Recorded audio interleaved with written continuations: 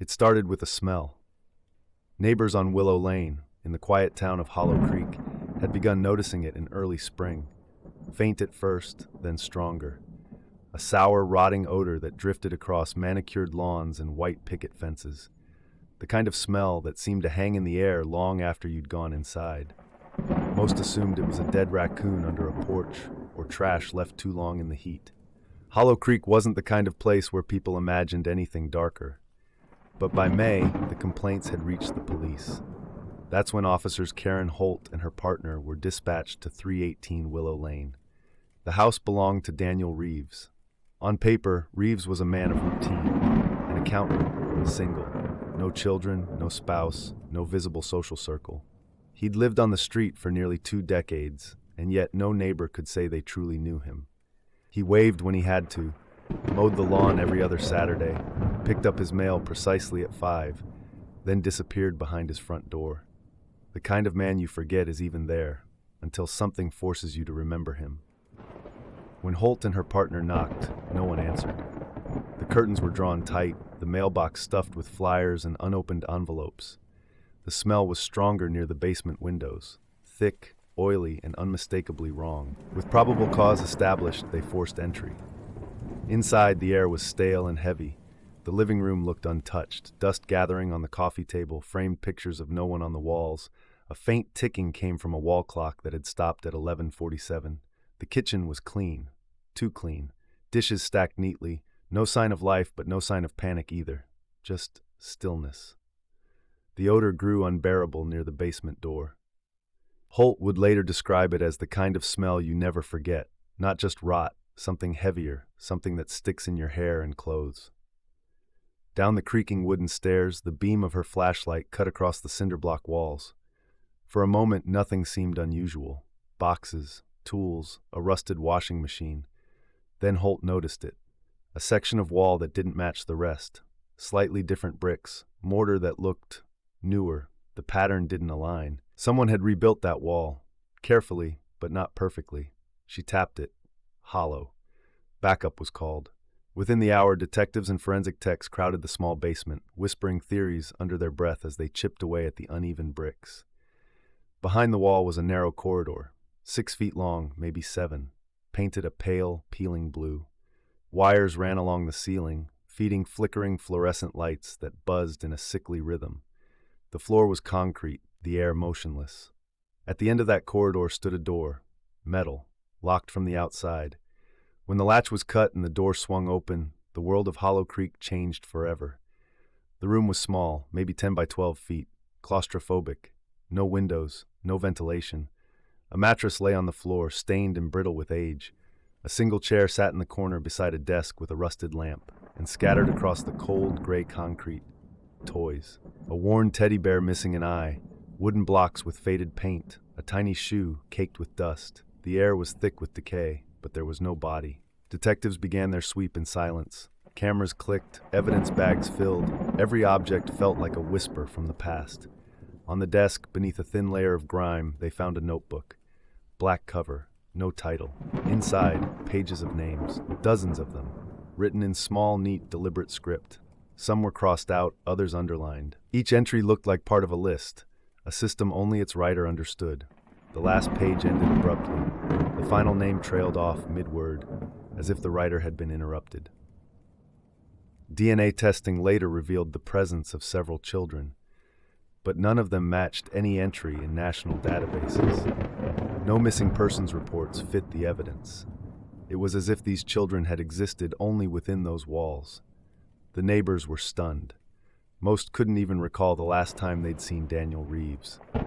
Some said he drove to work every day.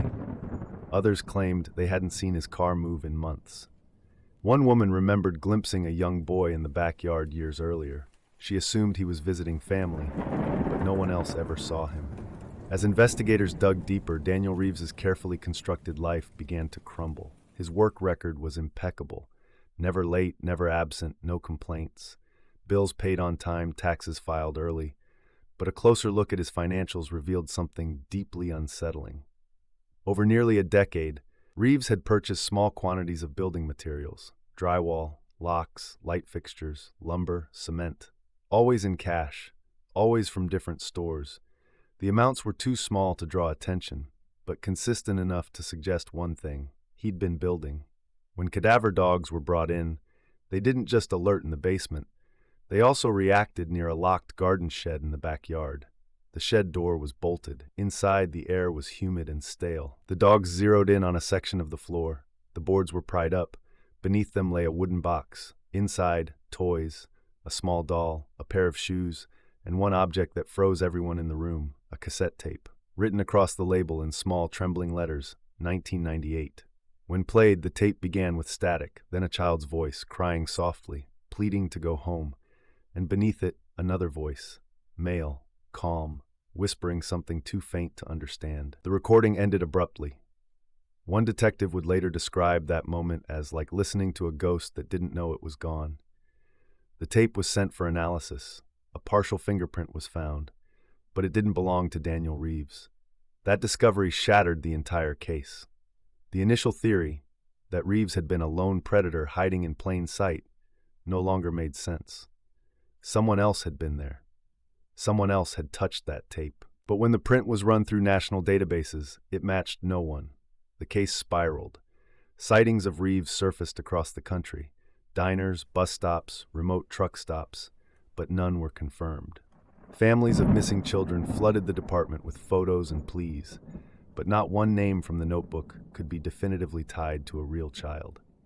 Then, nearly 6 months later, a construction crew renovating an abandoned storage facility stumbled upon something chillingly familiar: a sealed wall. Behind it, 3 wooden boxes. Inside, toys, drawings, and more cassette tapes. Hours of recordings, children whispering, doors opening and closing, footsteps, and always that same low male voice, steady and emotionless, issuing commands. Experts describe the speech as military in structure, organized, repetitive, coded. It suggested this wasn't random cruelty. It was systematic, controlled. That discovery changed the tone of the investigation. Reeves, they theorized, wasn't working alone. He might have been part of something larger, something that moved in silence. And yet Reeves himself had vanished. No paper trail, no digital footprint, no body, just absence. Years passed. The house at 318 Willow Lane was demolished, the lot paved over. Hollow Creek tried to forget, but locals say the smell still lingers when the air is thick. Some claim that on quiet nights, you can still hear faint crying near the empty lot. Soft, rhythmic, fading into the wind. The notebook remains locked in evidence. Investigators still can't agree on what the names meant. Some believe they were victims. Others think they were code names, placeholders in a larger operation. One eerie detail stands out. Several of the listed names later appeared in public school registries. Children who were enrolled but who never officially withdrew. Birth certificates exist, but no death certificates. It's as if they were written into existence and then quietly erased. The final page of the notebook carries a faint impression, the start of a name beginning with the letter K. No one knows if it was meant for a victim, an accomplice, or Reeves himself. Detective Renner, who led the case for over a decade, retired without answers. In his last interview, he said, "It's not what we found that haunts me. It's what we didn't. Those names, if they never existed, who wrote them? And if they did, where are they now?" The truth may never be known. Daniel Reeves is gone. The children remain unaccounted for. And the silence that hangs over 318 Willow Lane has become its own kind of legend. But remember this, monsters rarely look like monsters. Sometimes they look like the man next door. Quiet, forgettable, invisible. And sometimes, when you peel back the walls of a house, what you find isn't just a room. It's a story that was never meant to be told. This was the story of Daniel Reeves and the secrets buried beneath Willow Lane. If stories like this unsettle you, subscribe to Hard Tells, new mysteries every week. Because the darkest stories aren't the ones we already know. They're the ones still waiting, just beyond the edge of the light.